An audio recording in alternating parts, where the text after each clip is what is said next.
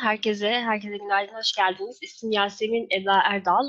Bugün sizlerle Bay Philip Sowden ve Tarık Şahin'le beraber yaklaşık 2 saat sürecek bir etkinliğin açılış konuşmasına ve hoş geldiniz demek için sizlerle birlikteyim burada.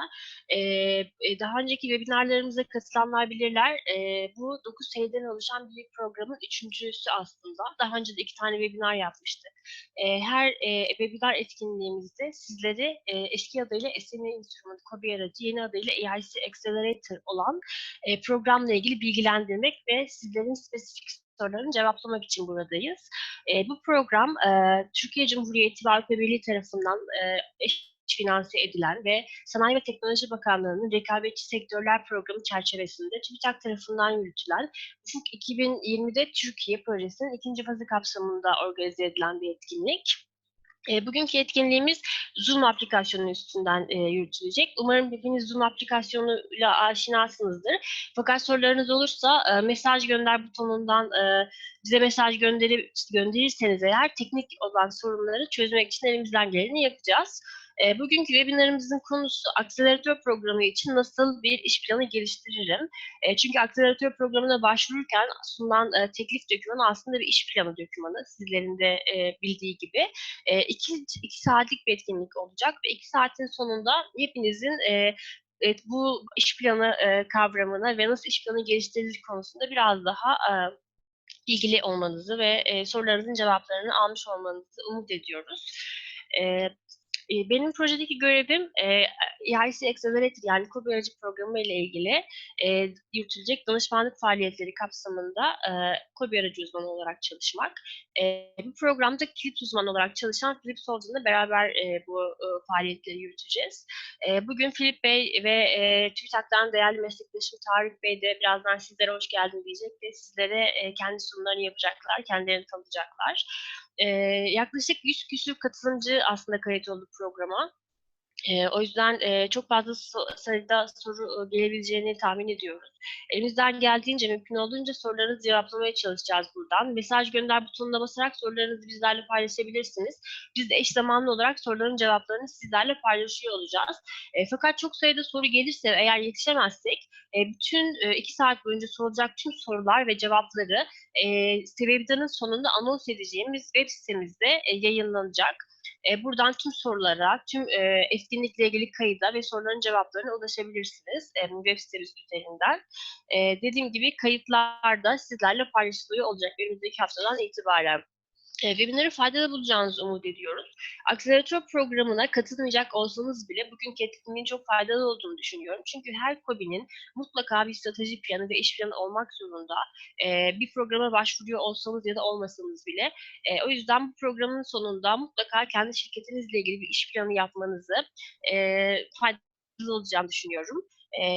SME Instrument yani KOBİ aracı programı İngilizce olduğu için ve tüm başvuru dokümanları ve komisyonla yazışma dili de İngilizce olduğu için ana sunumumuz İngilizce olarak yapılacak. Fakat sunum esnasında anlamadığınız kısımlar olursa ya da sorularınızı Türkçe sormak isterseniz Tarık Bey ve ben Türkçe olarak yardıma hazırız. O yüzden Türkçe olarak da sorular sormaktan çekinmeyin lütfen. Şimdi ben sözü değerli meslektaşım Tarık Bey'e bırakıyorum. Kendisi kısa bir sunum yapacak. Daha sonra da Philip Bey'in sunumuyla devam edeceğiz. Gene kapanışta sizlerle birlikte olacağım ve 2 saat boyunca da buradayım. Eğer sorularınız olursa yöneltebilirsiniz. Şimdiden güzel bir etkinlik diliyorum. Teşekkürler. Teşekkür ederim Yasemin Hanım.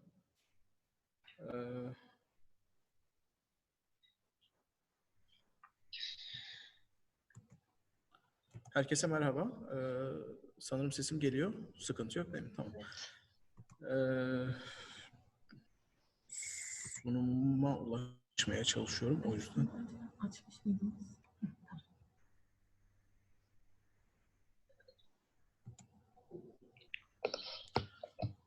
Evet.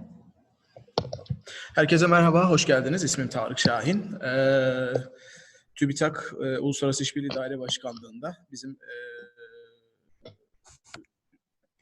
çerçeve programları için faaliyetlerini sürdüren Ulusal Koordinasyon Ofisimiz mevcut. Ben de bu Ulusal Koordinasyon Ofisi'nde KOBİ'lerle ilgili ulusal irtibat noktası olarak çalışıyorum. Dolayısıyla şu anda Türkiye'de bu programla ilgili esasında iletişim noktalarından bir tanesiyim. Dolayısıyla her türlü sorunuzu cevaplandırmaya programla ilgili hazırız. Bugün size çok kısaca bizden nasıl faydalanabilirsiniz, ne gibi faaliyetlerimiz var, onlarla ilgili bilgi sağlamaya çalışacağım. Onun ardından da yine olabilecek bizimle ilgili bütün sorularınız için Yasemin Hanım'ın belirttiği gibi burada olacağız. Yetişemediğimiz sorularınız için de yine her zaman bize ulaşma imkanına sahip olabileceksiniz. Öncelikle biz Ulusal Koordinasyon Ofisi olarak TÜBİTAK'ta bütün çerçeve programların Türkiye'deki koordinasyonundan sorumlu bir birim olarak çalışıyoruz. Kısaca bir çerçeve programlardan bahsetmek isterim. Çerçeve programlar nedir?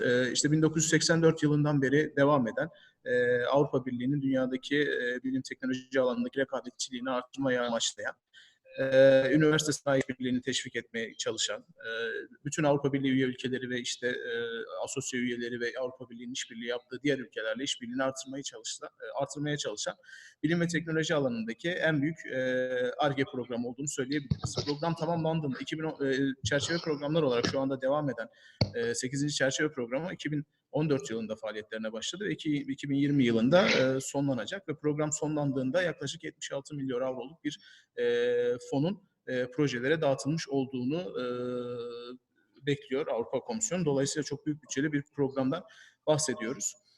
Küresel işbirlikleri yoluyla ekonomik rekabet gücünü artırmak, bilgi ve deneyim birikimini ekonomik değere dönüştürmek, yeni iş sahaları ve yatırım alanları oluşturmak gibi, kaynakları verimli kullanarak bilim ve teknolojiyi pazara ulaştırmak gibi, teknolojik sorunlara, toplumsal ekonomik sorunlara teknolojik çözümler üretebilmek gibi, uluslararası arenada güç kazandırmak Avrupa Komisyonu'na gibi, yeni ekonomik ilişkiler geliştirmek ve yeni pazarlara açılmak gibi ve son teknolojilere erişmek konusunda çeşitli amaçlara sahip bir program. Son derece rekabetçi bir program.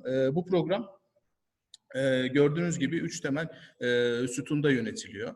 Birinci sütunda bilimsel mükemmelliyet kısmı var. Burada daha çok bireysel desteklerin yer aldığını görüyoruz. İkinci kısımda bizim de yer aldığımız KOBİ aracının, daha doğrusu şimdiki ismiyle hızlandırıcı programının yer aldığı endüstriyel liderlik programı var.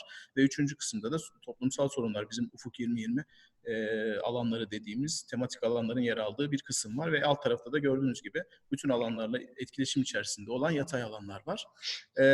Dediğim gibi biz endüstriyel liderlik programı altındayız. Bu program altında şu anda yeni gelişmeler ışığında EIC diye bir yapı oluşturuldu. Avrupa İnovasyon Konseyi diye bir yapı oluşturuldu. Genel olarak bu yapı bu şekilde.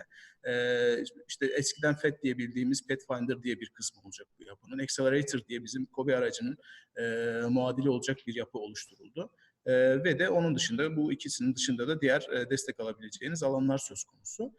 Tabii ki bizim şu anda konumuz hızlandırıcı programı. Hızlandırıcı programının mevcut programdan farkını kısaca söyleyecek olursak, esasında şu ana kadar gelmiş olan KOBİ aracı programına ilave olarak bir de Avrupa Komisyonu yatırım, risk sermayesi yatırımı imkanı sunuyor firmalara. Dolayısıyla firmalarımızın hem hibe alma şansları devam ederken bir taraftan da Avrupa Komisyonu tarafından, Avrupa Komisyonu'nun aracılığıyla sağlanacak olan yatırım imkanından da faydalanma şansları olacak. Nedir hızlandırıcı programı? Kısaca ondan bahsetmek isterim.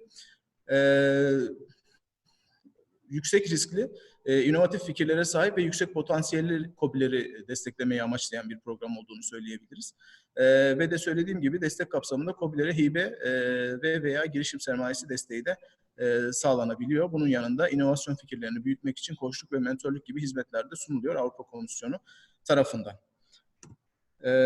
Ve pazara yakın projeler destekleneceği için esasında bu program kapsamında desteklenecek olan projelerin TRL 6 ve üzerindeki projeler olmasını bekliyoruz. TRL 6 üzerindeki faaliyetleriniz için hibe destek talep edebilirken bunun yanında yatırım sermayesinden de faydalanma imkanınız olacak. Program kabaca bu şekilde. Peki biz ne yapıyoruz bu kapsamda? Bir web sitemiz var. ufuk2020.org.tr bizim bütün bu koordinasyonu, bütün bu işlerle ilgili koordinasyonu sağladığımız web sitemiz. Bu web sitesi aracılığıyla bütün destekler, bütün duyurularımızı yapıyoruz ve bizlere ulaşma imkanına sahipsiniz bu web sitesi aracılığıyla. Ufuk 2020.tr'ye girdiğiniz zaman sol tarafta Ufuk 2020 destekleri altında, alt tarafta KOBİ destekleri kısmından bizimle ilgili, bu KOBİ aracıyla ilgili, daha doğrusu hızlandırıcı program ile ilgili kısma ulaşmanız mümkün. Bu alanda hem her türlü duyuruyu ve programla ilgili her türlü bilgiyi verdiğimiz linklerimiz mevcut. Ayrıca bizim iletişim bilgilerimize de yine buradan ulaşma imkanına sahipsiniz. Bunun yanında biz Ulusal Koordinasyon Ofisi olarak Avrupa Birliği çerçeve programlarında, yani Ufuk 2020 programında yer almak isteyen araştırmacılara, firmalara bir takım destekler ve ödüller sağlıyoruz. Bunlarla ilgili bilgileri de yine web sitemiz üzerinden ulaşabilirsiniz. Burada gördüğünüz gibi Ufuk 2020 destek ve ödülleri kısmında. Bizim programımızla ilgili olan kısmı ise bu destek ve ödüllerin daha çok koordinatörlük desteği ve ödüller oluyor. Çünkü onun dışındaki kısımlar daha çok konsorsiyumlu başvurular için faydalanılabilecek destekler. Fakat bizim programımız için, hızlandırıcı programı için koordinatörlük desteğinden faydalanma imkanına sahipsiniz. Koordinatörlük desteği altında konsorsiyum kurma amaçlı seyahat desteği, konsorsiyum kurma amaçlı organizasyon desteği de mevcut ama dediğim gibi bunlar zaten ortaklı başvurular, konsorsiyum kurma ihtiyacı olan firmalarımız ve araştırmacılarımız için sağladığımız destekler. Fakat esasında alt tarafta gördüğünüz 3 başlık altında proje yazma, sunma eğitimi desteği, yazılma desteği ve proje ön değerlendirme desteği olarak 3 tane temel destek mekanizmasından bizden faydalanabilirsiniz. Her bir cut-off'tan önce 2 ay kala, yani her bir cut-off'a başvurunuzu bize ilettiğiniz takdirde bu başvurular bizim ilgili kurullarımız tarafından değerlendiriliyor ve uygun görülürse size bu belirli koşullar altında bu destekleri sağlayabiliyoruz. Yine Ufuk 2020.tr kısmında, kim kimdir kısmında bizimle ilgili her türlü iletişim bilgisine ulaşabilirsiniz. Her türlü soruya biz açığız. Alanda Merve Hanım'la birlikte çalışıyoruz. İletişim bilgilerimiz de ekranda gördüğünüz şekilde. Dolayısıyla hani bugün cevaplandıramadığımız sorularınız olursa da bize her türlü ulaşma imkanınız var. Buna son derece açık olduğumuzu söylemek isterim. Şimdi programın bundan sonraki kısmı için sözü ben Philip Solden'a aktaracağım. Dolayısıyla İngilizce olarak devam edeceğiz. So, thank you for listening. I hope that I have encouraged you to take another look at what TÜBİTAK has to offer SMEs, especially on support for Horizon 2020, SME Instrument or Accelerator as the pilot phase now known. I shall be here to deal with your questions later. A solid and believable strategic business plan is essential if you are thinking for applying for Accelerator. I would now like to hand over to Philip Solden, our SME expert on Turkey in Horizon 2020 project. He will present what is involved in strategic business planning and what the European Commission expect to see from SMEs who apply for Accelerator. Philip.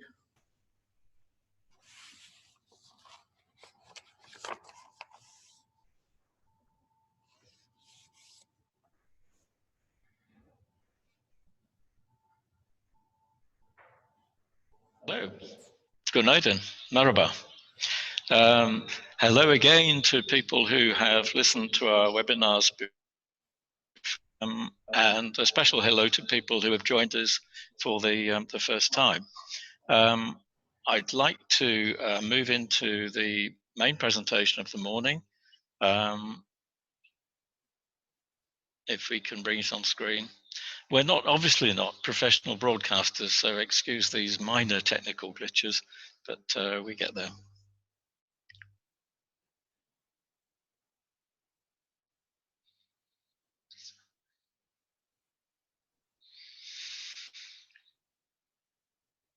Okay, so this morning we're talking about Accelerator, as Tarek said.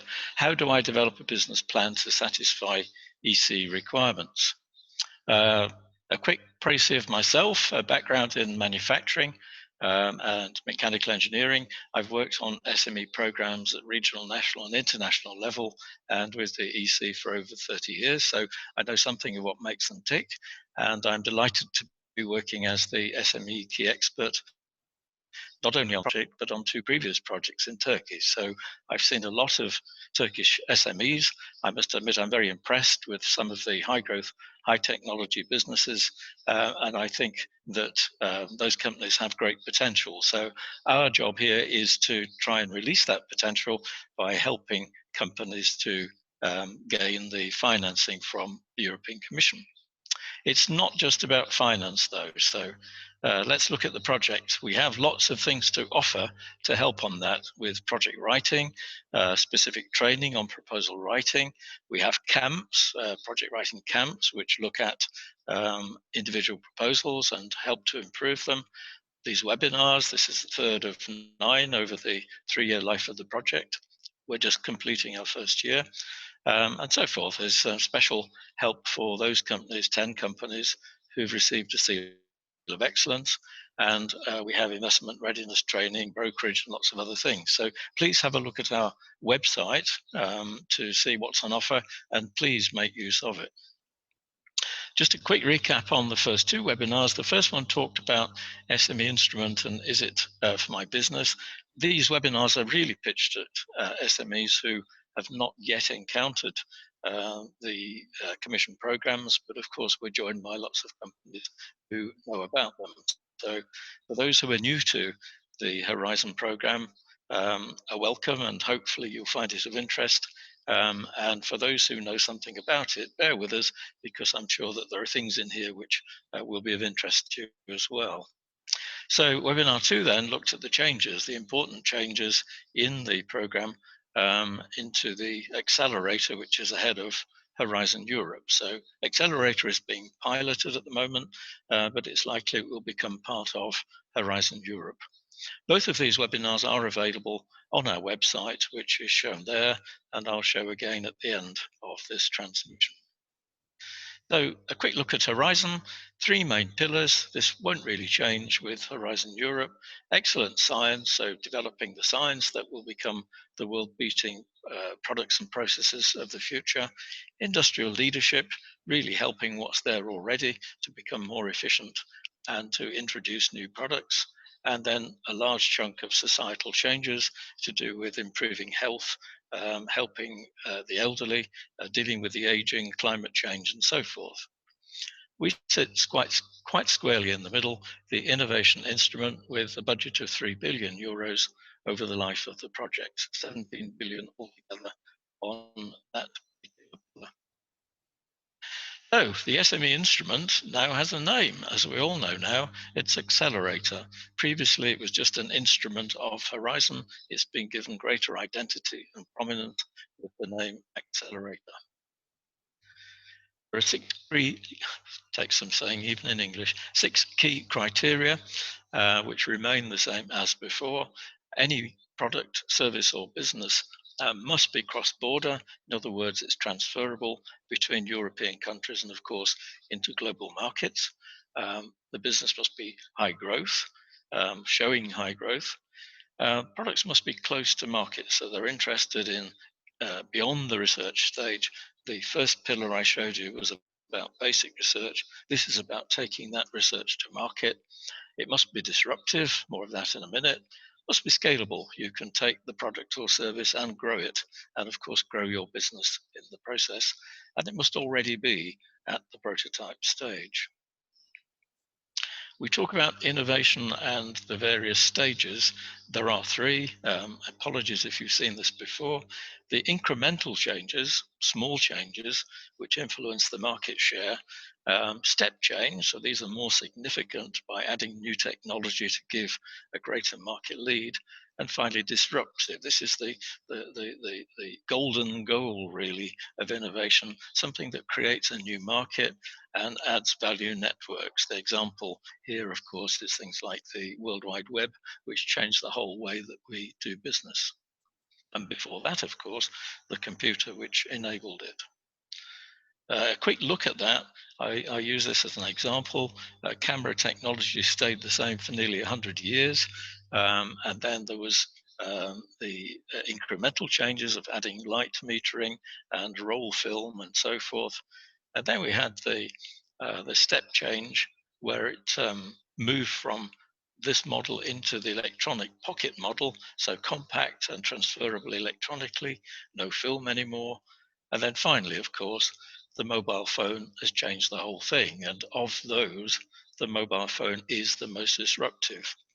Now, it's interesting to note that none of the camera companies saw the mobile phone taking over and being disruptive. Later in life, Sony moved into Ericsson, but it was a significant change that none of the big companies noticed. So a measure of where you are in technology terms is the technology readiness level. And you see them all listed here from the idea all the way to full commercial application. And Horizon is interested in the 6 to 9 bands there, from early prototypes through demonstration, the first commercial attempts, and finally the full commercial application. This is an expansion of the previous Horizon SME instrument, which stopped short of the full commercial application. Same basic logic, based on the idea that there's a lack of finance for breakthrough and disruptive innovators. The European Commission estimate a funding gap of 70 billion to get ideas through to the market. And many SMEs can't find the high-risk capital needed to get to private investors. Accelerator bridges this gap. You may have seen this before, the death valley of innovation. Big investment in research on the left-hand side, in resources and cash investment. And then at the other end, the right-hand end, the commercialization, where angel investors, venture capitalists, and eventually industrial investors move in.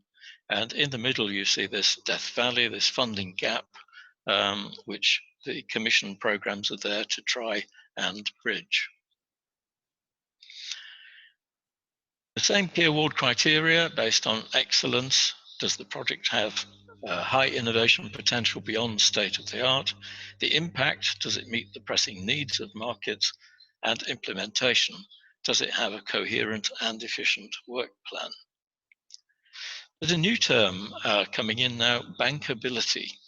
The Accelerator program is far more flexible in the way it looks at projects.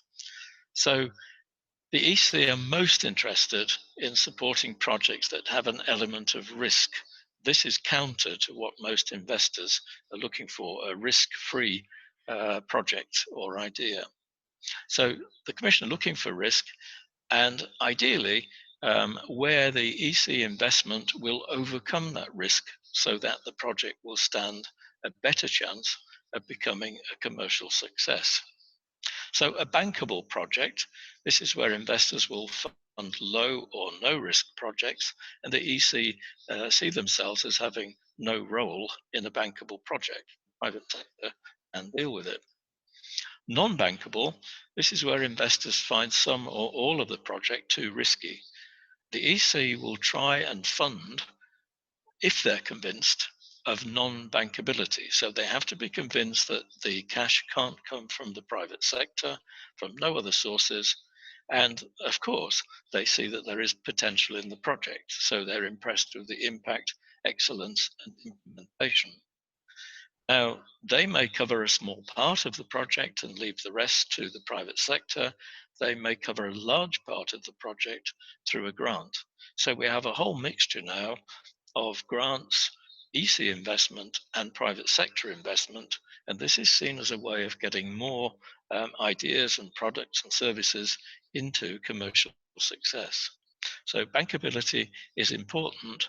And when you're writing bids, don't be too promising about how successful it will be without EC support. They are looking to support risk. So this brings us into a new term for the varying risk, blended finance, which you'll see all over the place. So some projects may have this element of risk, which if it's solved, could lead to a successful commercial project. And the blended finance option allows the EC to cover the element of risk as a grant. They also have a venture capital fund, which they are prepared to use in association with commercial backing. So that will then support the rest of the project funding. So blended finance is a very interesting model. Now, when you develop your proposal, you have to say whether you are interested in the blended finance option. And if you say so, then the EC will look at getting a package together to fund your project. It may be grant, it may be grant plus EC investment plus private sector. So there is an option.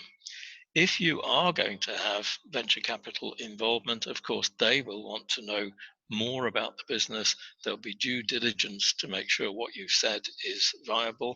They may want a position in managing the company. So venture capital is an option that's seriously worth considering. You may have a better chance of funding. You may still have a strong chance of grant funding, but you have to tailor according to what's available and what project you're developing. So really, this higher risk end of research and the lower risk end of the commercial investment, the grant through to blended finance is where the commission come in. Before it was just a grant, now they're going the whole way across into blended finance using private sector and EC money, and at the higher risk end, the grants. So it's much more flexible than it was before. Who'll be offered what? The phase one has disappeared after the 5th of September this year. The phase two, which is now the only support available, offers support of up to 2.5 million euros, so a large amount of money, and it's available to projects at the technology readiness level 6, 7, and 8, which I showed you a few seconds ago. Blended finance is offered further up the scale and right up to level 9 with private sector and EC equity. There is also a phase 3, I suppose that now becomes phase 2, as before, with coaching and mentoring, and that's available to all. What Accelerator is not, it's important to see what it's not. It's not an easy option. It takes a lot of winning.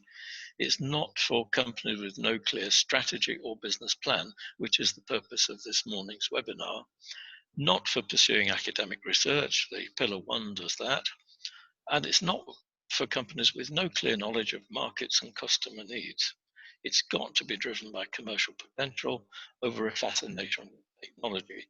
Many technology-based companies are fascinated by technology. They want to pursue technology. It's what they know best, but it's the aspect that the Commission want to see and which interests them in support. So moving on then to how to develop a business plan to satisfy the European Commission requirements. Let's have a quick look now at what is business planning, how do we start, what should be in a business plan, and then I'll finish with the particular needs of Accelerator, the SME Instrument phase 2. Why do we need a business plan? Interesting question. You have a business, it's running well, you're making profits. Why do you need a business plan? Although we're looking in relation to Horizon 2020, don't forget it's also needed so that you drive the business and the business doesn't drive you. So many businesses rely on work coming in. They do a variety of tasks.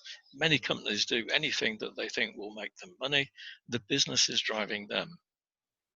It's also useful for your own peace of mind. If you've sat and looked at your future business strategy and how this converts to a business plan, it's something that you can pin the future to and give you peace of mind that things are either on track or indeed going off track. But if it's going off track, you can actually do something about it. For investors and bankers, they always want to see business plan and strategies and so forth. So it's important for them. And of course, that comes into the EC remit as well. They are investors when all's said and done.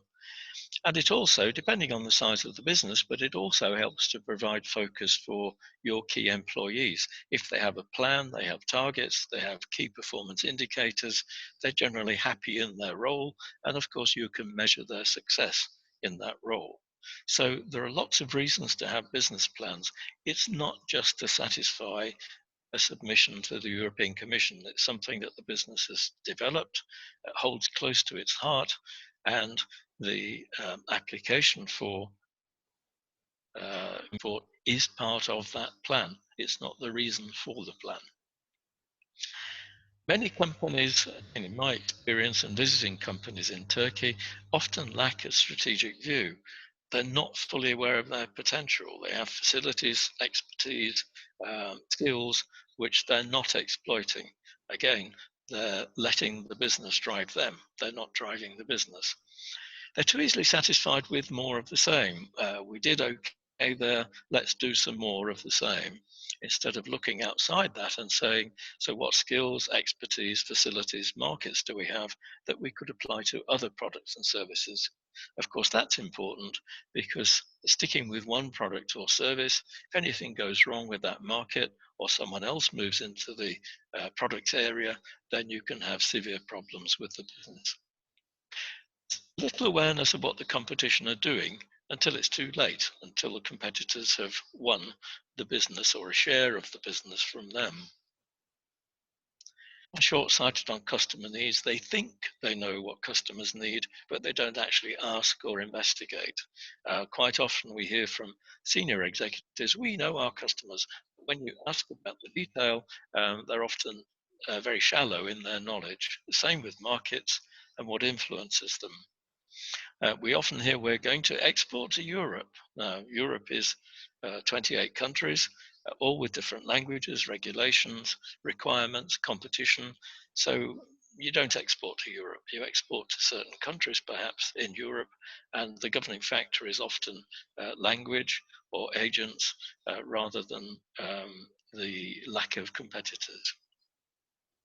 So there's often little investment in marketing, product development, or R&D. These are not problems peculiar to Turkey. They're problems I find in lots of other countries. I've worked in 38 different countries, and these are fairly common.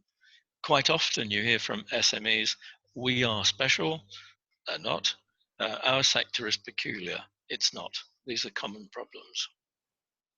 So it may all seem very theoretical, but would you go on a journey without knowing when you're going, where you were starting from, your destination, or how you're going to get there? So why run a business this way? You really need to plan ahead and to map out the destination, where you're going, where you're starting from, and how you'll get there. So, 3 basic questions to any business plan. Where are you now? What's the starting point? How has your business developed so far? What's it achieved? What's been the rate of growth? Where do you actually stand? Many companies don't even know that. They've never analyzed this situation and are often surprised at the progress they've made over time. The next question, where are you going? What's your vision for the business? What goals have you set to achieve this vision? Now, the vision might be, we're a family business, we've been a family business for 100 years, it's always kept us reasonably well off, we don't want to grow. If that's your vision, fine. If you want to grow, then you need to look at how you're going to achieve that, what growth you want to see, what is achievable, and what goals you set to achieve that vision. How will you get there? This is about strategy. What strategy do you have to achieve the goals and vision that you've decided in the second question? And what's the timing for it all to happen? Is it feasible to say you're going to double your size in the next year? It could be with some companies. Or is it going to take 5 years, 10 years? What is reasonable to expect? So a look at business planning. It should not simply be seen as a paper exercise to satisfy funding bodies. It's pointless doing that because it's been prepared on the spot.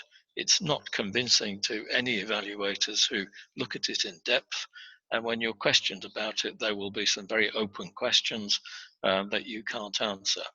So it requires an in-depth look at the business, the products, the markets, the resources. This may seem very tedious, but believe me, it's worth doing. I've actually done this with a large business, with small businesses, and I've done it as on a basis of consultancy. So it's really worth doing, and companies are often surprised and pleased to have achieved it, but it is a tough thing to do. It should be achievable, it goes without saying, pointless having a business plan that can't be achieved, and it should be widely discussed within the business to ensure buy-in. It's not something that the business managers or owners impose on the company. It should be discussed to ensure that everybody is on board. You have to go back to it quite often to revisit and change it if necessary, monitoring it ideally monthly, at least quarterly, and definitely annually. I always suggest a 5-year rolling plan, a 5-year business review, business strategy, from which goals are set. And then each year, a more detailed 1-year plan, which is going to work towards the 5 years. So each year there's a 1-year plan, and you add another year to your 5-year rolling plan. So there's a distant vision and a close vision on how the business is going. The typical planning period is in the autumn, when you've seen how you've performed in the year and you can see how markets may have changed with a 5-year view. So this is a typical business plan, from executive summary through the mission statement or vision, company background, and so forth. So we'll have a quick look at each of these and then finish with how it relates to the commission. Now, there are lots of business planning tools. If you look on Google, over 23 million references to business planning tools. So there's no excuse for saying, I don't know how to do it, I don't know what it means, I don't know what it's about. Tools like life cycle analysis, which looks at your product over time. And this is a typical curve. You'll see revenue and profit on the left and time at the bottom there. So through introduction, growth and maturity, your revenue and profits increase, and then there is a decline as the product becomes dated or other competitors come into the market. The green line there shows how the profit goes. There's more profit during growth and then into maturity, and then it tails off through decline. So it's worth looking at your product life cycle to see where you are and whether you have any new products coming into market that will replace the revenue from the existing ones. Boston Matrix, I'm sure everybody has seen this, where you look at market growth versus market share. You look at those things which are short-term cash cows. You look at the stars, which are currently earning you a lot of money. You look at those with question marks around them, which are in decline. And you look at the so-called dogs, those that are low in terms of market growth and market share. So those are the products which are in decline.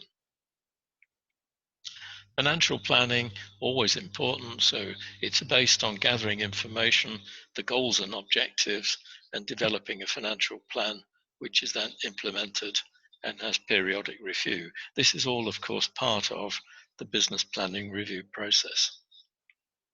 There is software for this. This is a Google software for business plan mapping. I'm a great believer in mind mapping because it helps you to summarize everything usually on one screen or one page. So worth a look for business planning. And if you're still into reading books, there's over 90,000 books on business planning shown simply on Amazon. So there's lots there. If you read them all, you'd never do a business plan.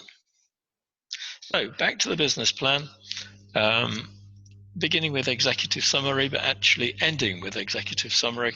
This is a short summary of the whole plan, summarizing the key points, but it's written when the plan is completed. Of course, you can't do an executive summary until you've written the plan and you can summarize it. So although it appears first in a document, it's the job that's done last.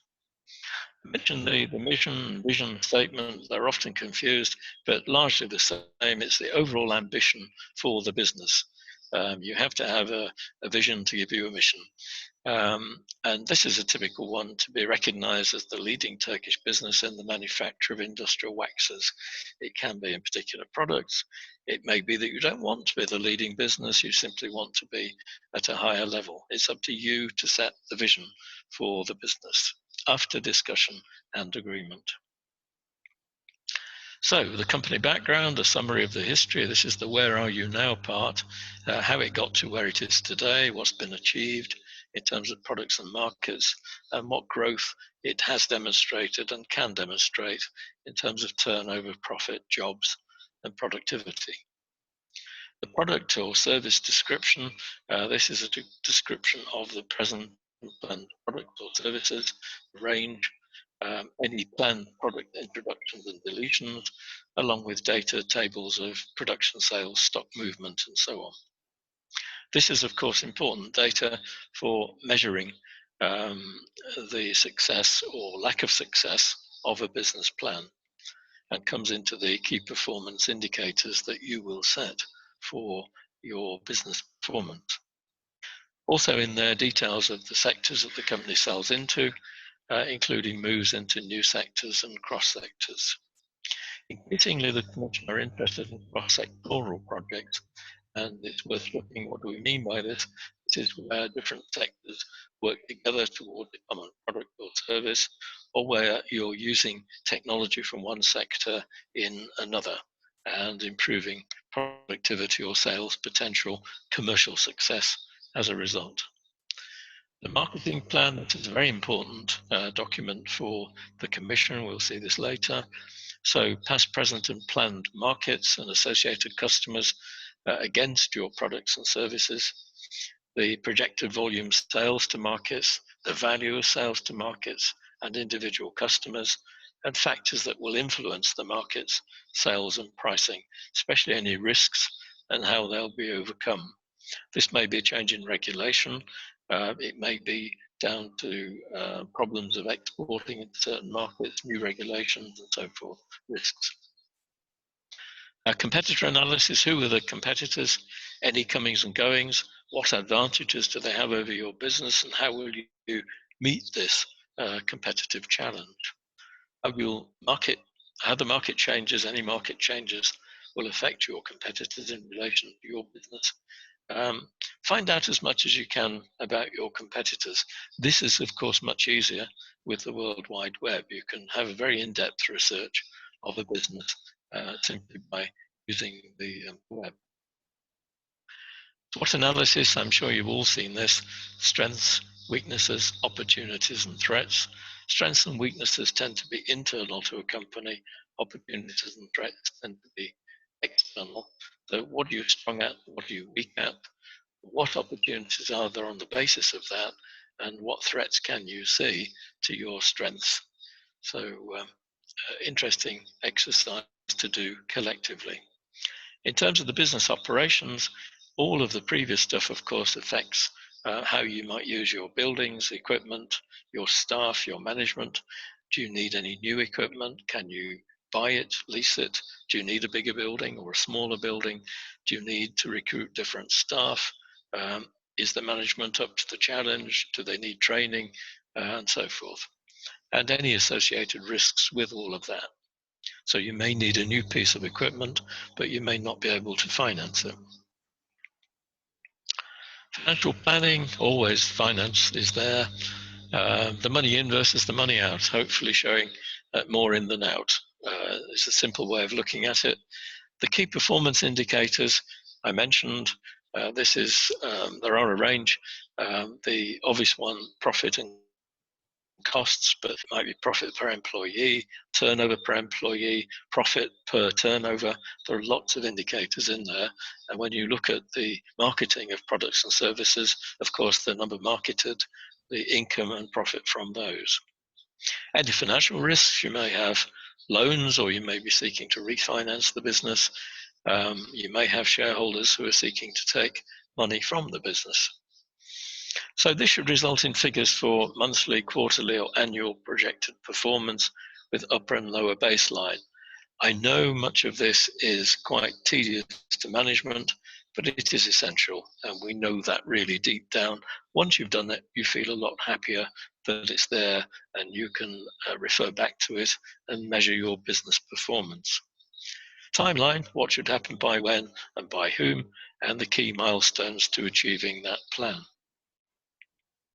So when all of that's done, it needs to be reviewed at senior level.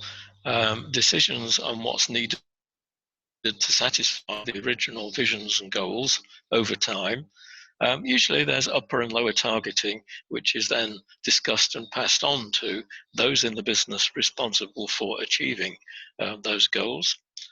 So it's discussed and agreed with them, and often you can link their achievement to bonus payments and even job security, depending on the security of the business. It should be checked, revisited every quarter, ideally monthly, but every quarter really, and revised. And often this is downwards. When people do business planning, they tend to promise too much or be too enthusiastic in how they see the business forming. So be prepared for it being downgraded, if you like. So your lowest level should be the one that lets the business survive and produce a healthy profit.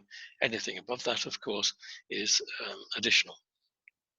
So we review it at the end of the year, ahead of the next year's planning process, and adding into our rolling 5-year plan, as I mentioned earlier. I'm sure you're all familiar with SMART goals. Make sure that what you're writing in there is specific, it's measurable, it's achievable, it's realistic, this is where it often falls down, achievable and realistic, and it's time related. It has to be related to time for it to be a goal. So there's our business plan. So let's move into then the essential feed into the Accelerator pilot. Now, the statement there is so true. You may have the most innovative research project, a truly groundbreaking approach, and the potential to bring substantial impact to the world. But all of this will fall short if you do not have a solid, strategic, and professional marketing and business plan that supports it. Do take that on board. It's absolutely vital. So within the overall business plan we've just talked about, you must demonstrate the viability of your proposed project in business terms. This is what the EC are looking for. You must show whether outcomes may eventually open new business avenues and produce income. You must produce detailed financial aspects that should be considered for realization and commercial processes. And the Commission give priority to projects that can demonstrate believable, realistic projections. Now, often people overpromise. They say they're going to change the world. You have to prove this, and convincingly for the Commission evaluators. Remember, this funding is competitive. Other people are competing for the funding, and it's highly competitive. The success rate is something like 5 to 8% of the proposals submitted. So you have to do better than the competition by showing that your business is worth funding, your project is worth funding, your team is worth supporting in comparison to others who are also bidding. So within the marketing plan, in the business plan, science and research help to achieve the vision and goals, but the marketing plan should give a detailed set of actions that will help to achieve commercial success. So you need to identify the market audience, the competition, the positive position of your research project, and showing that the project excellence will enable growth to meet the proven need and create projected impact. Now, proven need are the key words there.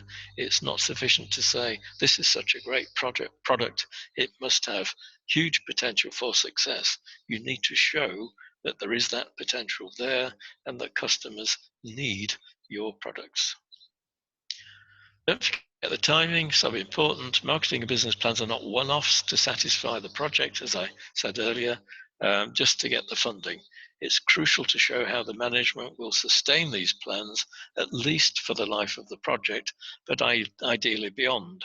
I say again, it's competitive, so showing it goes beyond is going to be better received than showing it just lasts the life of the project. So the plans have to be dynamic, with systems for monitoring, testing, and amending where necessary. So why all this effort? Well, it shows that you'll maximize the impact of the research project. Remember, up to 2.5 million euros of funding, the evaluator is looking for assurance that that money will be well invested and will result in a good return. on a competitive basis. So you're showing that you maximize the impact of the research project. You're impressing the evaluators during the review process, increasing the chances for securing EC funding and additional funding through blended finance, and helping your business to achieve your market vision and goals, the things that we set right at the start of the process. It will also help you to identify strengths, weaknesses, opportunities, and threats.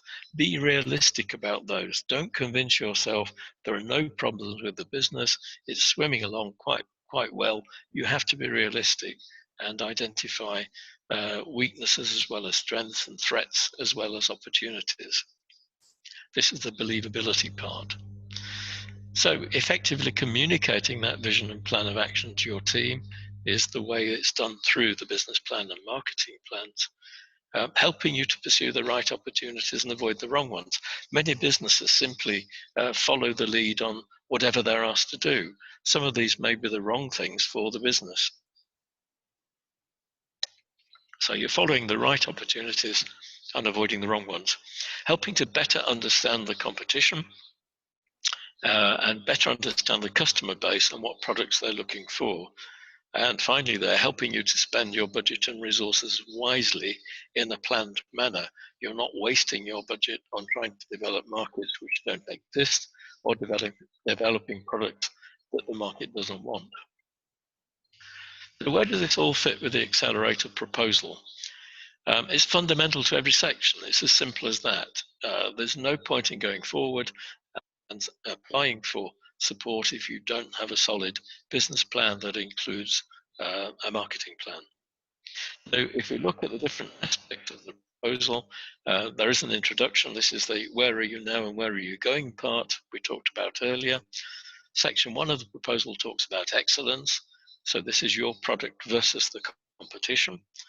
Section 2 talks about impact. So this is looking at how it will influence markets and customers. And Section 3, the implementation, how does it fit with the rest of your business? Where does this new product or service sit in terms of your vision, your goals, your strategy, and how will it fit into the way you finance and manage the business?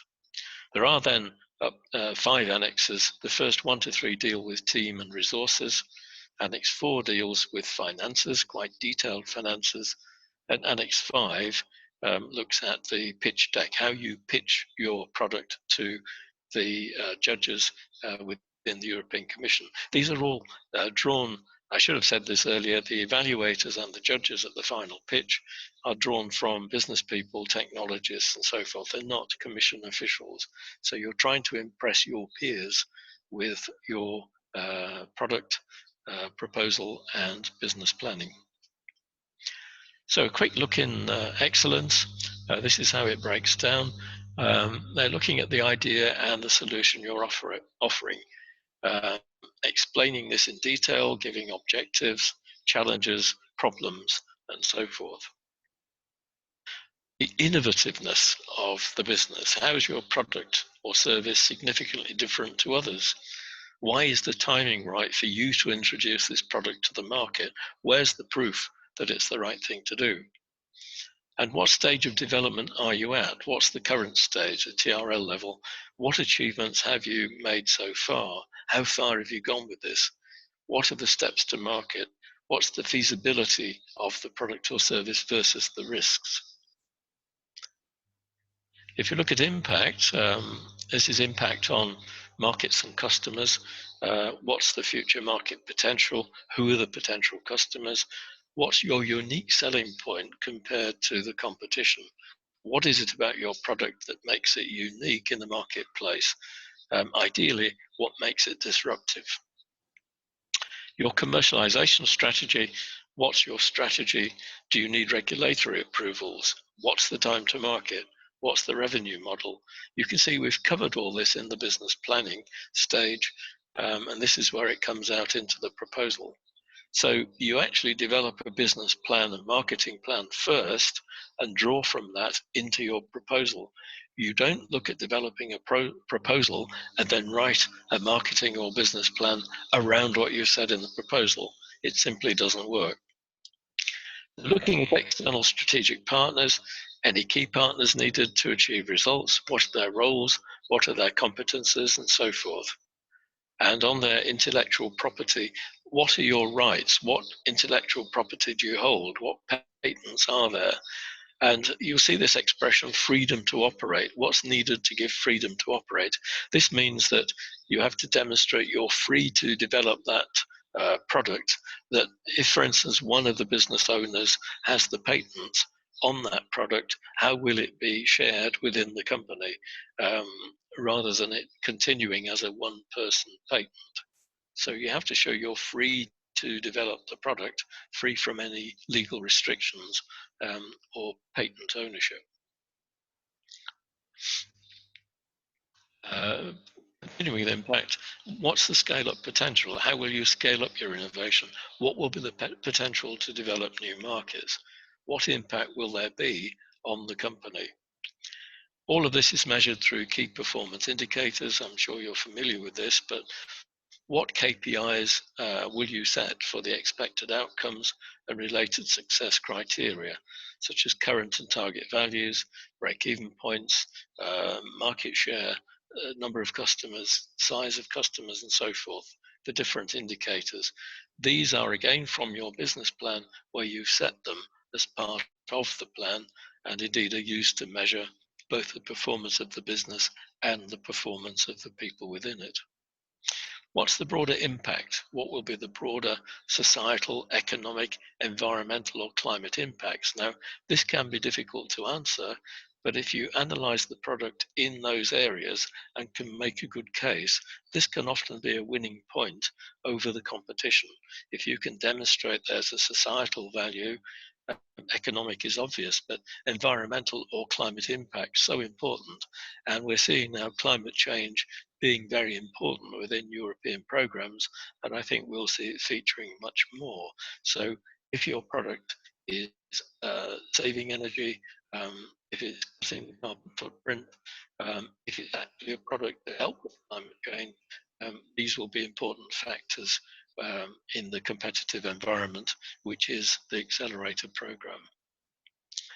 Implementation, lots in there, but fairly obvious. What's the team, their capabilities, describe them, show how good they are, their achievements. Remember, we're looking at commercialization, so it's important to demonstrate taking products to market, making it accessible in the market. It's not so impressive to have a board of PhDs who've all done excellent research. The Commission are looking for a blend of skills that will make that business a success. There's a phrase that I quite like. You're looking at the rider, not the horse. You're actually looking at the team before you, especially when it comes to the pitching, to see whether they believe in you and what you can do with the business. Although we have main strengths and weaknesses, there may be missing competences, and how will you make up for those missing competences? This could be, say, in a foreign market or in introducing a new technology, for instance, electronics into a product that didn't previously have electronics. Financing needs, what are the total financial resources needed? How long will it take you to get to break-even point? This is where the commercial factors come in again. How do you break down the grant that you're requesting? Is it just grant? Is it equity? Are you prepared to look at blended finance? Is there any other finance from, say, family members or other investors? Is blended finance an option? You're asked to include your agreement to that at the proposal stage. If you don't, by the way, say that you're interested in blended finance and the Commission feel it's an option, it won't go forward. This is the current thinking, but of course we're in a pilot phase. That may change. So looking at the forecast of cash flow is also needed. What do you need for support from the program? Why isn't the private sector interested? Why is it not bankable? Show us why is the simple question. And the risks, of course, what are the risks? How do you intend to deal with them? Again, be honest about risks and how you deal with them. Don't simply say there are no risks, it's going to be a winner. There must be. That could be with losing key staff. It could be with not being able to prove a particular experimental point, which is where a grant would come in. It may be that markets are closed that you had already earlier considered. So your approach, the overall structure of the project, the approach and timing, and of course it has work packages which set out what you're going to do. This is all summarized in tables in the proposal. Section 3, the annexes. Annex 1 talks about security and ethics. This is simply asking if you're involved in any, if the product will be in any way used in military or defense work, and the ethics in terms of employing a balance of employees and so forth. CVs in Annex 2, obviously written for this project. So many people include the general CV that they had when they came to the company. Try and gear it towards the product wherever you can. Demonstrate that you've worked in similar areas, developed similar products, taken them to market. It's very important, again, the detail that can make you a winner compared to others.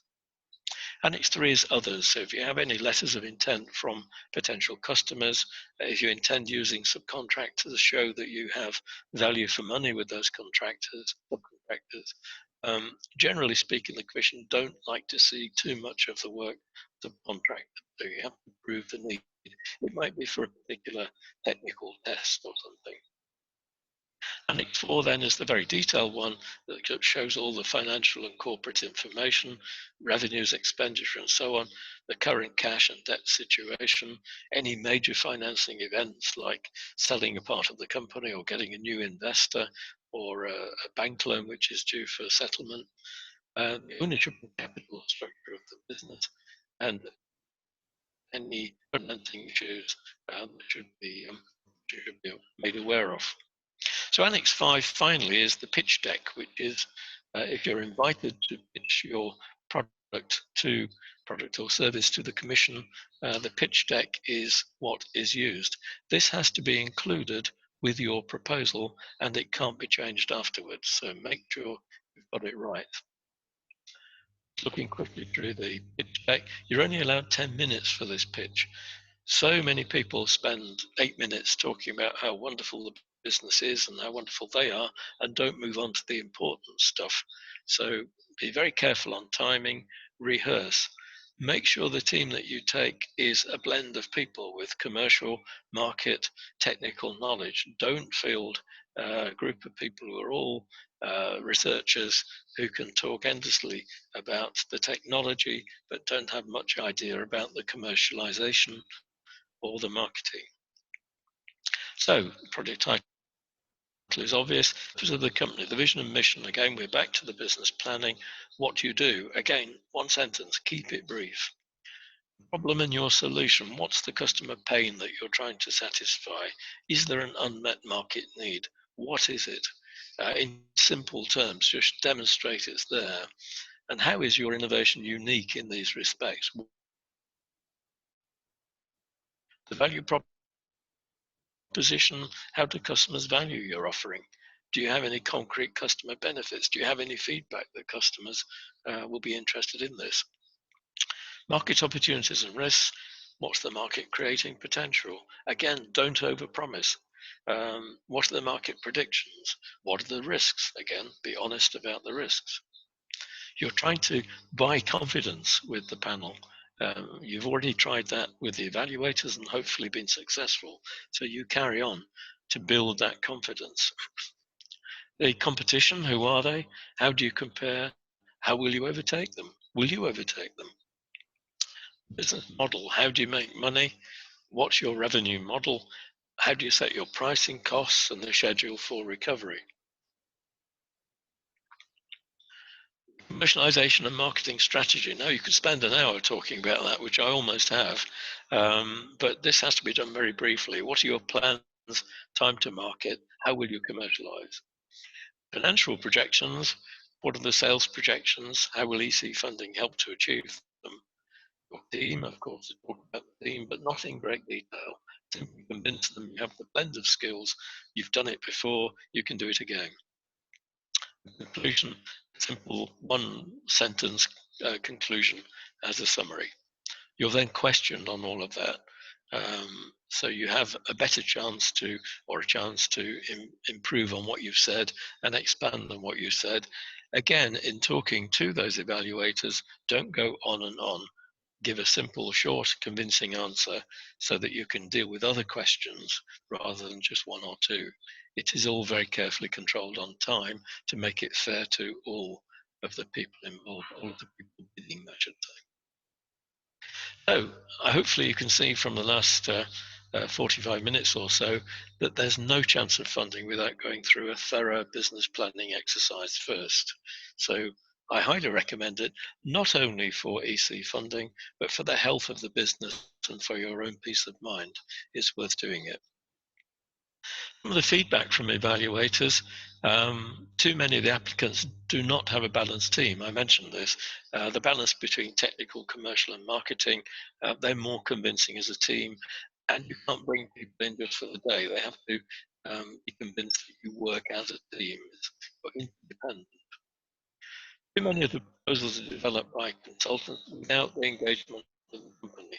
So consultants can't go to the pitching session, and the company falls down at the pitching session because they've not been engaged. They can't answer the questions in depth. So it's important, if external help is used, that you are engaged and you do take on board and you agree and you change what's being suggested. Don't just simply think you hand it over to someone else and then you turn up on the day and present it. It doesn't work. You can look for need, idea, and process. So what's the need? What's the clever idea? What process will take that idea and satisfy the need to achieve that conversion?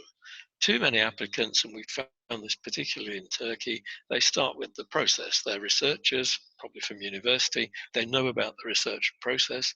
They look for an idea that fits with their process that they can research into, and they never really considered the need. So you can see that it works opposite to what the Commission are looking for. Need comes first with a Commission, whereas need comes third in many companies. Many of the proposals concentrate on the technical and scientific detail because often it's the technical and scientific management team, but they're light on the commercialization. The more you talk about the technology, it doesn't show how clever you are in technology, it simply shows how little you know about commercialization because the balance is wrong.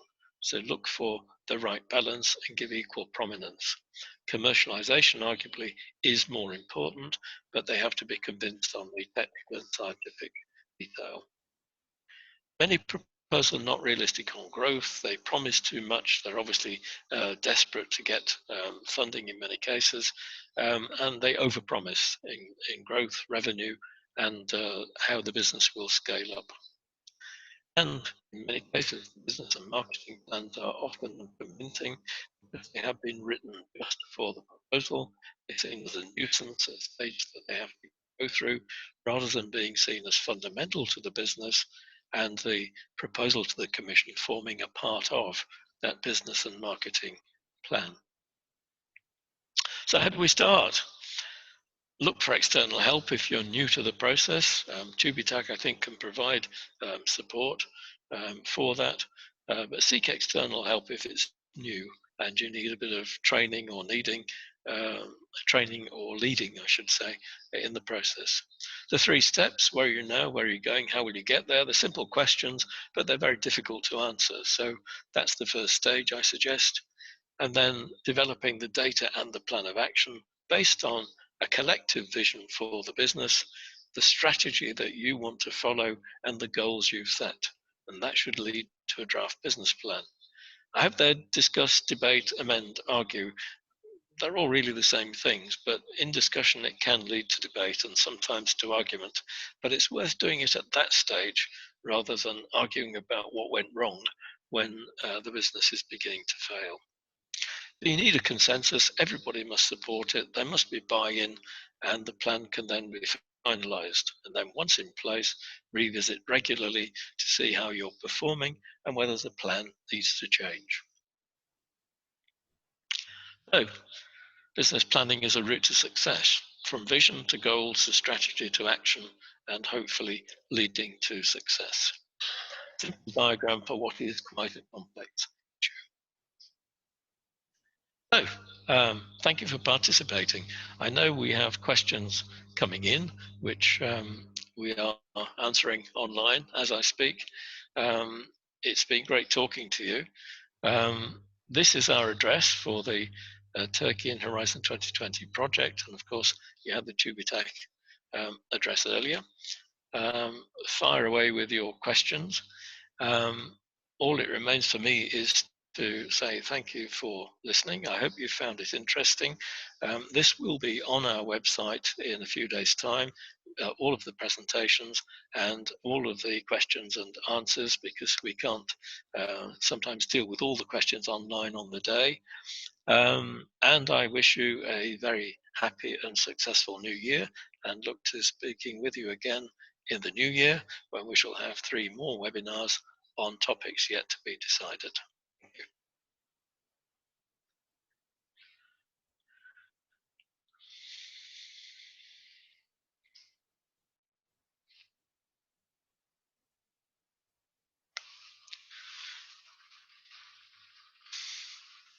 So, my colleagues, what sort of questions do we have coming in?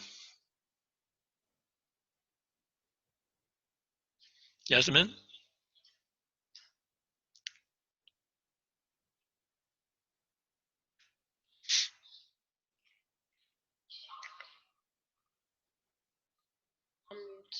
Okay. Hi, Philip. So there are some questions regarding the success rate. They were asking about success rate of Turkey and the overall success rate for the program. The success rate for Accelerator is a bit low. It's around 5 to 6% for Europe, and for Turkey the success rate is between 2 to 3%. But what I can recommend to those companies who are interested in applying is don't get obsessed with these low success rates, because if you really have trust in the innovation of your product or project, you can get it. Because I know there are companies, there are startups with 4 or 5 people who achieved to get €2 million funding from this program. So it's all about how competitive your proposal is. The success rate is low because it's a very attractive program and there are many applications, you know. Everyone is interested in applying to this program. So as the number of applicants is high, the success rate is low, but it is not something unreachable. So I recommend all companies to apply for this and don't think about the low success rate. And there were some questions regarding TÜBİTAK's support for proposal preparation, and Tarık Bey answered those questions. There are some questions about maximum budget. The maximum budget not the maximum budget provided by the grant is €2.5 million, and for the health projects it is €3.5 million. This is the grant, not the total budget, because as you know, this is not 100% funded program. It is 70% funded through direct costs, and an extra 25% is provided as indirect costs. So the maximum grant amount provided by the European Commission is up to €2.5 million. But when we have a look at the average budget of the projects who are successful, it's around €1.5 million. And I believe if you exaggerate your budget too much, it may be a negative impact by the evaluators. So I don't recommend you to go up to the maximum limit. I mean, that's my personal opinion from my experiences since 2014. And what else? There was a question about Eurostars. Eurostars is also a new program. It's a grant program. The difference is that for Eurostars, you need a partner from a Eurostar country, so you can't apply on your own. For Accelerator, you have to apply as a single entity. So this is the biggest difference. And Eurostars is also accepting applications at technology readiness level 6. So the expected technology readiness level is similar. But Accelerator is much more demanding in terms of the disruptiveness of the technology. So for Accelerator, the success rate is around 5%, but for Eurostars, the success rate is, I think, around 20%, so it's easier to get. But in terms of funding, in terms of the conditions of funding, Accelerator is much more attractive. So that's why it is a lower success rate. But if you believe that your innovation is not that challenging and is not that disruptive overall, you can also consider Eurostars. It's also a nice program. And what else? For TÜBİTAK support, as Tarık Bey mentioned, you have to apply 2 months before the cutoff to European Commission. This accelerator program has 4 cutoffs per year. The next cutoff is on the January, and the following cutoff is I think 12th or 13th of March. So if you can't make it until January, the following one will be in the middle of March. So there's plenty of time, and if you start getting prepared now, I think you can make it until March. There is plenty of time. There was a question, and they are asking if technology is already existing in the USA but not in Europe. Is it considered disruptive enough? I don't think so, because what is European Commission is looking for is a globally disruptive project. So if the technology is already existing in the US or in China or in Japan, it means that it is not globally disruptive. So I don't think it will be sufficient. So when we make a competitor analysis in the proposal document, we don't make a competitor analysis just for Europe, but we make a competitor analysis with all existing solutions on global markets. So it means that if there are similar solutions in the US, I don't think your project is competitive enough.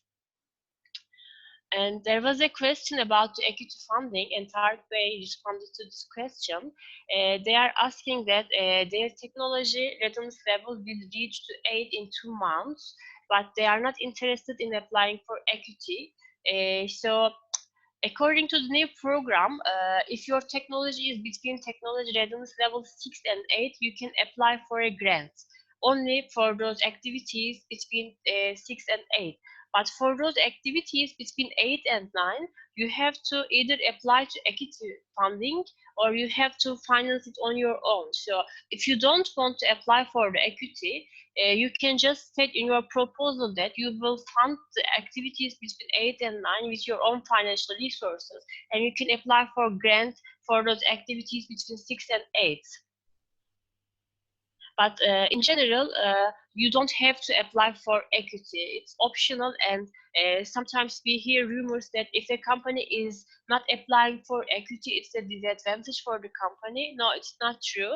If you don't want to give some share and don't want to get equity, you don't have to. There is no such preference on the European Commission side. Also, to be eligible to apply for equity, you have to be non-bankable, as my colleague Philip explained earlier.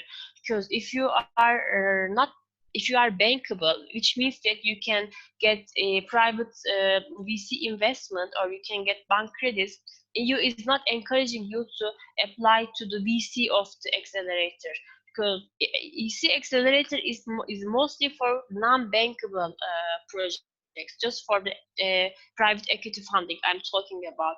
So blended finance is not a must, it's just an option for you. There is one more question regarding the budget. They are asking if the funding rate is 70%.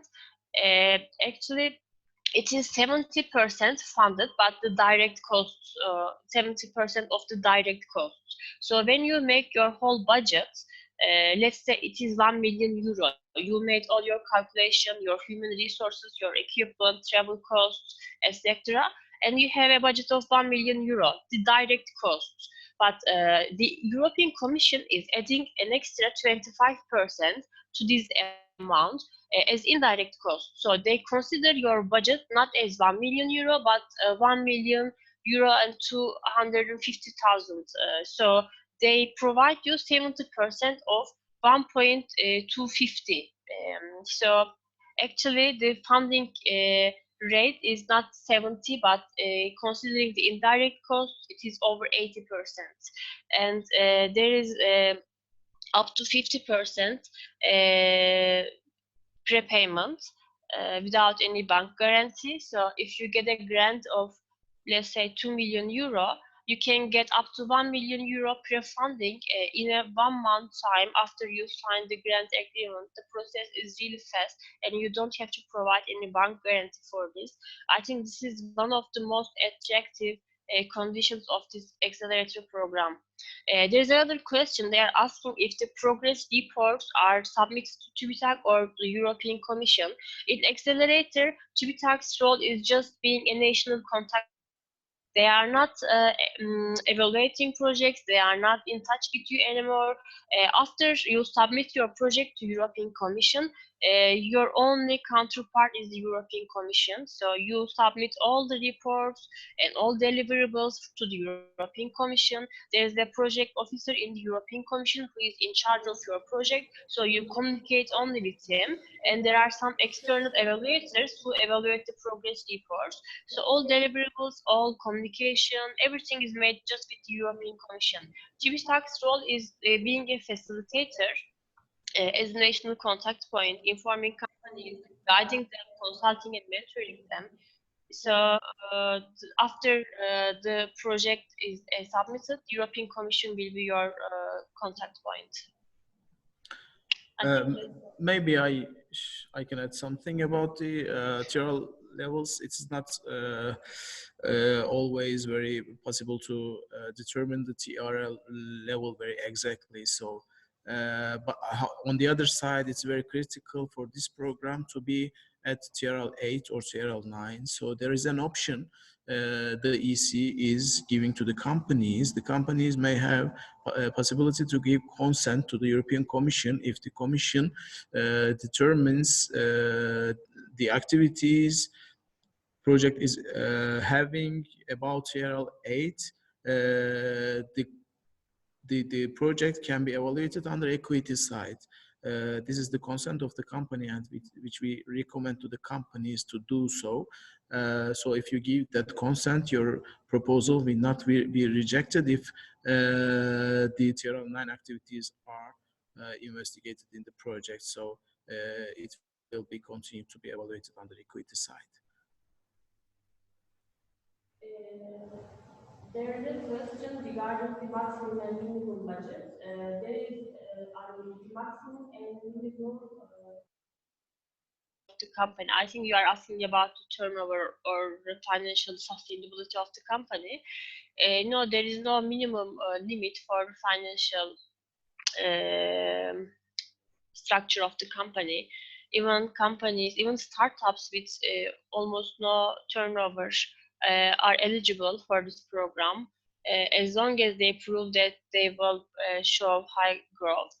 Regarding the maximum, if you are a SME, you are entitled to apply, and the SME conditions in Europe are quite flexible. For example, a maximum 50 million euro turnover and 43 million euro balance sheet conditions should be provided. Other than there is no such precondition.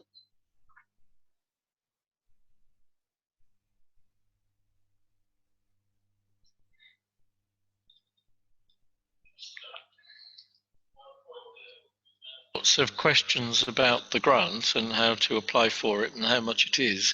We've had no questions or not many questions about business planning. I say again, without a solid business plan and marketing plan, there's no point in talking about the grant. You really must get that right in order to stand a chance of winning the funding. So sorry to go on about it, but it's absolutely essential. Can I add something? As you know, in the Accelerator program, there are two stages. First, you submit your proposal online. to the European Commission portal, and four evaluators are evaluating your proposal remotely and independently. And if you get a good grade in the first step, you are invited to Brussels for pitching. And when you are invited to Brussels for pitching, you pitch your business plan in front of 6 judges from different VC representatives. So when you go to Brussels, there's a 10 minutes presentation plus 20 minutes question and answer session. And during this 20-minute session, all the questions you will get, I mean, most of them will be about the business plan and how sustainable and how solid is your business plan is. So as Philip mentioned, the importance, this is really important to have a good business plan, a convincing and realistic, but an effective one. So you have to really focus on this. It's really important.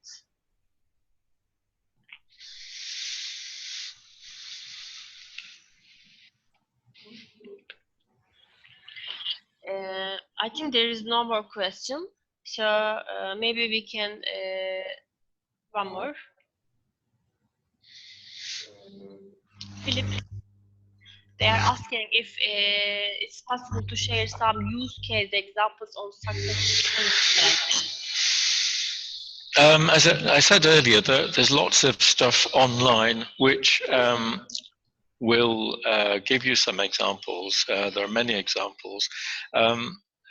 It's a misunderstanding that if you see a successful business plan from one company, I'm not saying you think this, but people think that if they simply slot their names in and change the numbers, it will be successful. Of course, life isn't so easy.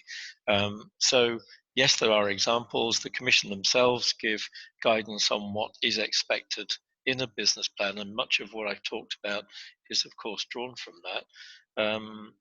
But do your research, but look at your business first, and then develop a plan around it using examples and information, rather than look at a business plan and try and make your business fit, because it's easier the first way.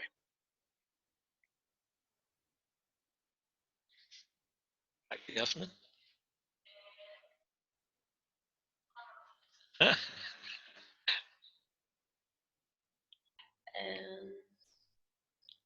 Yeah, the question is about non-bankability in Turkish. Let me read it first.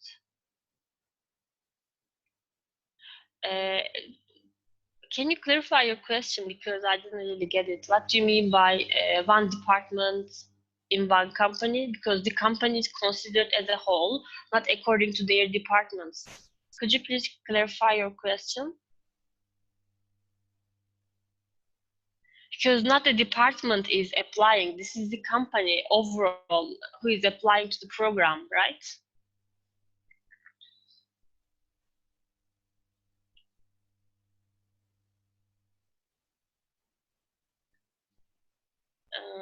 They are asking if there are conditions to be considered as non-bankability. No, there is no such written condition. What's considered as non-bankable, what's not. But if you check the templates for the proposed application, you will see that there is an Excel file, Excel document.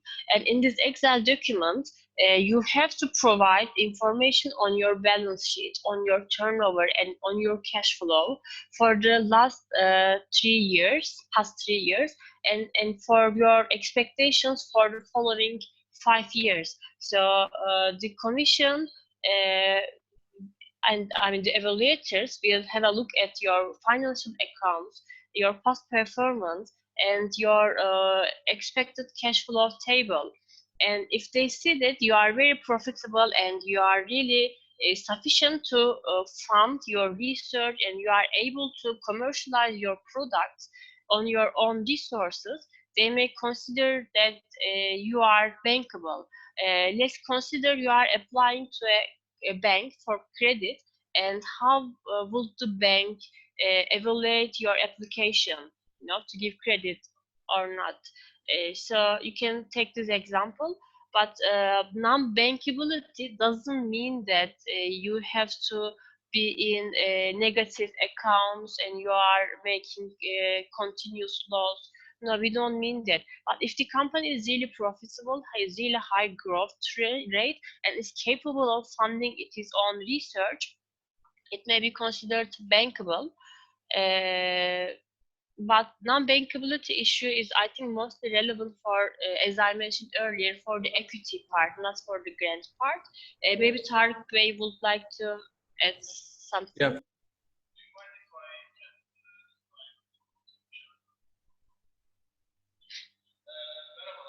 Aslında non-bankability konusu Avrupa Komisyonu tarafından da çok net bir şekilde açıklanabilmiş bir konu değil. Bununla ilgili birkaç tane eğitime katılmış olmamıza rağmen hala çok ne, hatta bu non-bankability kavramı için bile yeni kavram önerilerimizi sordular bizlere zaman. Çünkü tam esasında anlatmak istedikleri şeyi anlatmıyor. Burada söyledikleri 4 option da non-bankable olarak kabul edilebiliyor. Bir firmanın yeterli geliri olmayabilir, bu firmayı non-bankable kabul edebiliriz. Ama firmanın yeterli işte bir ürünü olabilir, yeterli gelir elde ediyor olabilir ama bu gelir projelerini destekleyecek kadar bir geliri olmayabilir. Dolayısıyla bu yine non-bankable olduğu anlamına gelir.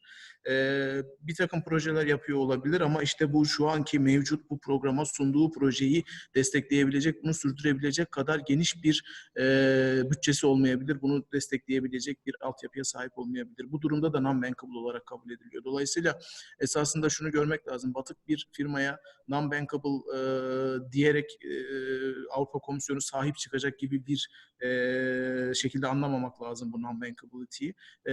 Firmanın sağlam olması, yeterince stable olması bekleniyor tabii ki ama bu proje fikrini yeterince sürdürebilecek kadar ve bu proje fikrinin de aynı zamanda piyasadan fon bulamayacak kadar bir non-bankable olmasından bahsediyoruz. Dolayısıyla hani firmanın sadece finansal verileri anlamında non-bankability'yi değerlendirmemek lazım. Teşekkürler. One more question. There are some IT-based innovative work for which it is not clearly identified boundary between TRL level 4 to 6. Can something be advised for such cases when improving our canvas? Which is not clearly. Yes, it is actually hard to differentiate the technology readiness levels for IT products. It's not so easy, I do understand. But the minimum criteria to apply for TRL 6 is the minimum criteria, and we can explain it as, for example, for IT products, it can be considered as the beta version of a software maybe, or the minimum viable product of your software, where you can show your prototype to potential customers, and maybe they can test it and they can give you feedback. So in the accelerator program, you improve your product further in line with the feedback you get from your potential customers. I think this is the expected technology readiness level. And when improving your canvas, I think you should consider this. Anything to add? Tarık Bey? Philip? Is it clear? Sorry, I may not get your question fully correct. Please clarify if I didn't respond properly.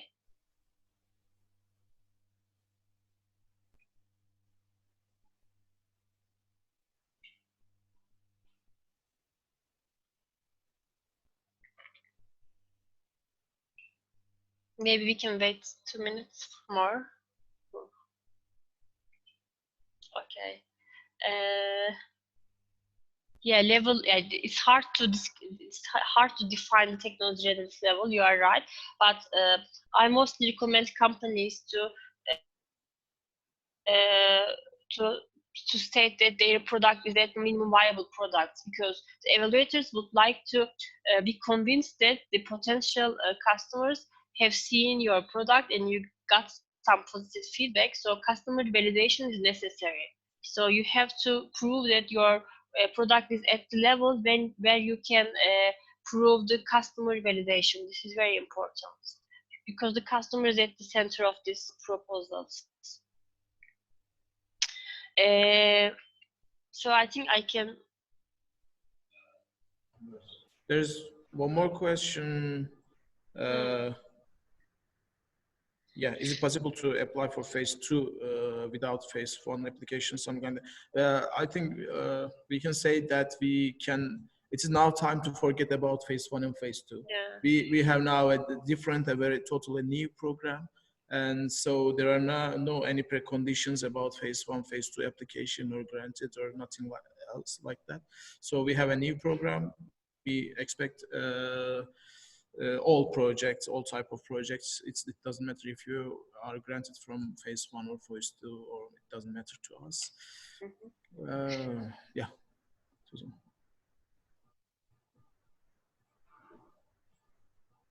Just a point on the TRL level. If it's difficult for you to define, it's also difficult for the evaluators and the commission to define. So it's up to you to convince them that you are at that level, and hopefully they'll believe you. But just adding to what Yasemin says, if it's difficult for you and it's your business, then it's difficult for them. So try and convince them of the stage that you're at. Okay. One more question, Philip. In Turkish, yatırım karşılığında. Okay, they are asking how they measure the share. Equity share. The equity share when they get investments. So if you apply for blended finance option, first you are evaluated as any other company, first on paper, then you go to Brussels for pitching. And if you are successful in the pitching session, and if you had applied for blended finance option, then a due diligence process is starting. So you go through a due diligence process. The European Commission is making an evaluation of your company, and according to the budget you ask for, they get some shares. But compared to existing private VCs, the European Commission is more SME friendly. So they are offering you better conditions than existing VCs.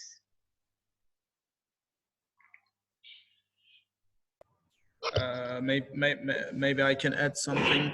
The due diligence part and the equity evaluation is going to be handled by a different body than the European Commission. So this is one of the biggest questions we are also asking to the European Commission, but they do not have any concrete answer for this question. The answer is the share and the amounts will be determined during the negotiations with the body who is going to help the equity evaluation. So it will be negotiation based. This is the answer currently from my side. Actually, this system, this EIC Accelerator has been active since October, and there has been just one cutoff. So the evaluations have been just completed, and the due diligence process have not started yet. So we also don't know much about the process. The EC is also doesn't provide much information. I think we have to wait a couple of months and see how it will go. Just one thing to add to that. In the information about Accelerator, this EC funding is mentioned. The EC Venture Capital Fund is mentioned. They're calling it Special Purpose Vehicle, but I think it's now going to be named EIC Fund. The Commission don't want to hold equity in businesses. It's not their role. They see it as a temporary thing to make the project happen, but they will look to move that equity into the private sector as soon as possible. So they see their role as enabling the slightly too risky element of equity that the venture capitalists are nervous about. But as soon as the case is proven, the equity will move on to the private sector.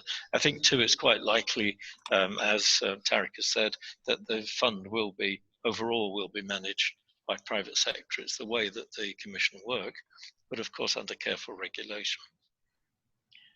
One more question.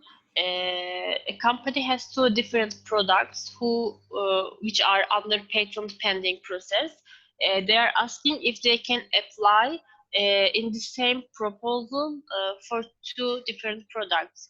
No, they have to be different because you are preparing a business plan and you are defining your customers, you are defining your unique value proposition, you are defining your business model, and you are defining your competitors. So these are all different for each product, right? So you have to apply with only one product, and they should be separate. But unfortunately, you can't apply with two proposals as a company. You can apply only with one product, with one proposal at one time. So I recommend you apply with the most innovative one. And if you get a low grade, maybe for the next cutoff, you can try it with your other product, but they have to be separate.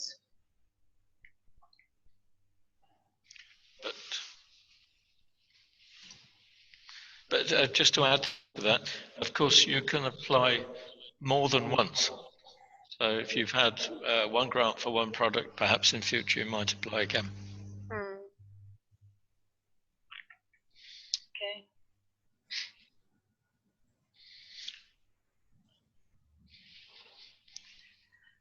I think there is no more question. So I can make the closing in Turkish if you don't mind. Hepinize bizi izlediğiniz için çok teşekkür ederiz. Bu sorularla beraber önümüzdeki haftalarda web sitemizde, TÜBİTAK web sitesinde yayınlanacak. Tekrar buradan vermek istiyorum web sitesini. www.turkeyinH2020.eu is EU bizim proje web sitemiz. TÜBİTAK'ın web sitesi www.h2020.org.tr. Bu web sitelerinde projeyle ilgili Filipin'in sunum başında anlattığım tüm aktiviteler, eğitimler, danışmanlık hizmetleri, her türlü detaya ulaşabilirsiniz. Eğer sorularınız olursa oradaki iletişime geç butonundan bizle iletişime geçebilirsiniz her türlü sorularınızla ilgili. Keza Tarık Beylerle ilgili TÜBİTAK'tan da sorularınızla ilgili iletişime geçebilirsiniz. Bir sonraki webinarımız 2020 yılının ilk çeyreği içerisinde olacak. Gene detaylar paylaşılacak sizlerle e-mail yoluyla ve katılmanızı yapabilirsiniz aynı şekilde. Şimdi bu platform yaklaşık bir yarım saat daha 12.30'a kadar açık olacak. Eğer aklınıza gelen sorular olursa buradan paylaşabilirsiniz. Dediğimiz gibi yazılı olarak bunlar web sitemizde cevaplarıyla birlikte yer alacaktır. Bizi izlediğiniz için teşekkür ederiz. Umarım faydalı olmuştur. Her türlü feedbacklerinizi bizimle paylaşırsanız bundan sonraki webinarların kalitesini iyileştirmek için elimizden geleni yapacağız. Çok teşekkür ediyoruz. Hoşça kalın.